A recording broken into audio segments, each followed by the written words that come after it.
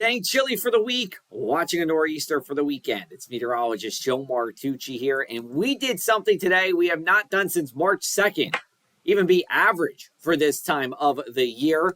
This stretch from March 2nd to March 17th was our longest stretch of temperatures above average since 2018. Now, on the precipitation side, for as wet as we were in February, January, December, even November and October, we've been pretty dry in the past week here, and only 0.02 of an inch of rainfall since last week at Atlantic City International Airport.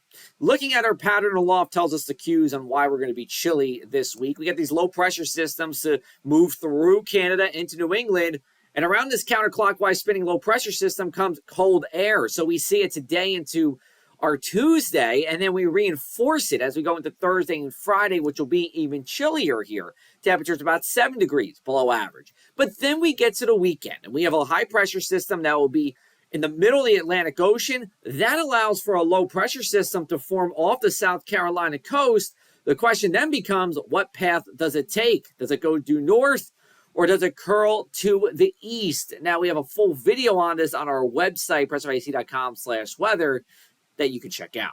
Here's a look at our future cast. So we take a look at what we have going on for tonight. Not much here. It's a clear sky. Then as we go into Tuesday, early clear sky gives way to PM clouds here, but we're still dry. Showers stay to the northern part of the state up in Taylor Hamland. And then as we go into Tuesday night, staying dry. And then here comes a couple of showers for your Wednesday afternoon.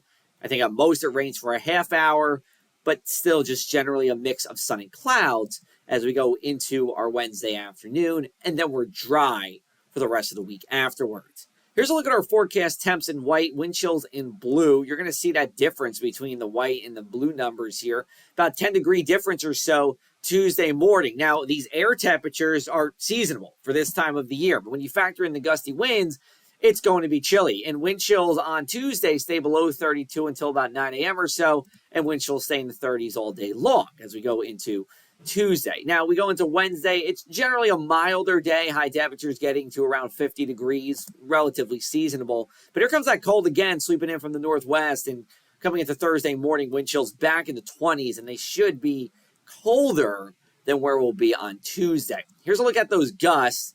Generally 25 to 35 miles an hour throughout the day. It's your run-of-the-mill breezy kind of day. Nothing that will cause any wind damage. And then we calm it on down as we go into Tuesday night. But the winds will kick back up on Wednesday. And because of the winds and the dry weather, we do have a higher than usual risk for the spread of wildfires. Our ground is super dry right now, and that's because we haven't seen rain in a week, and we have that strong March sun. This is the thing in the Pine Barrens. It could rain all at once, all winter long, all fall long, but it only takes a couple of days of dry weather to really create conditions that are dry on the soil level, and that's why I do believe we have that enhanced risk for the spread of wildfires. Now, we take a look at that weekend nor'easter. Here's scenario one. This one bumps into high pressure, can't escape to the north, which is kind of good news for us because this will just escape out to sea. What you would see in this is a glancing blow of some wind, rain, and coastal flooding.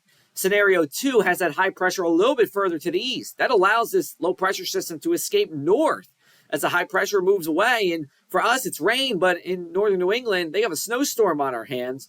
We would be talking about a period of damaging winds and coastal flooding as well. And this is for Saturday. I do believe our Sunday will be dry here across the area. Here's a look at our inland 7-day forecast. So temperatures kind of roller coaster up and down from Tuesday through Thursday, but we stay in the 40s for Thursday and Friday here. Friday, I do believe, is a dry day. Saturday, we'll see what happens with this storm. How wet and windy will we be remains to be seen. On the other side of this, temperatures still looking to be below average.